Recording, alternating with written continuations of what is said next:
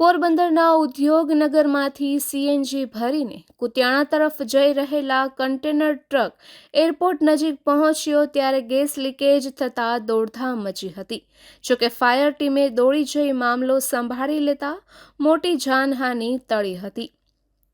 Porbandar ઉદ્યોગનગરમાંથી CNG ગેસના cylinder ભરીને કુતિયાણા તરફ જઈ રહેલા container transport truck Rajkot national highway પર નવા એરપોર્ટથી ધરમપુરના પાટિયા વચ્ચેના રસ્તે પહોંચ્યો ત્યારે તેના એક સિલિન્ડરમાંથી ગેસ લીકેજ થતાં દોડધામ મચી હતી.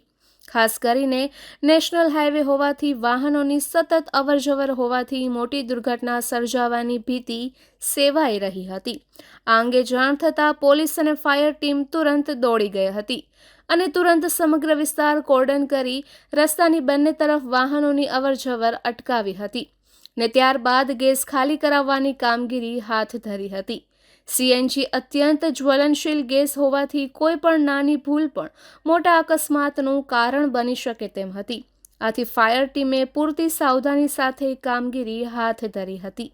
સદનસીબે થોડી જ વારમાં લીક થઈ રહેલો સિલિન્ડર ખાલી થઈ ગયો હતો, જેથી સૌએ રાહતનો શ્વાસ લીધો હતો.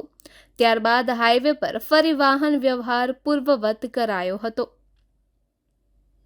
નિપુલ પોપટ, પોરબંદર ટાઈમ્સ.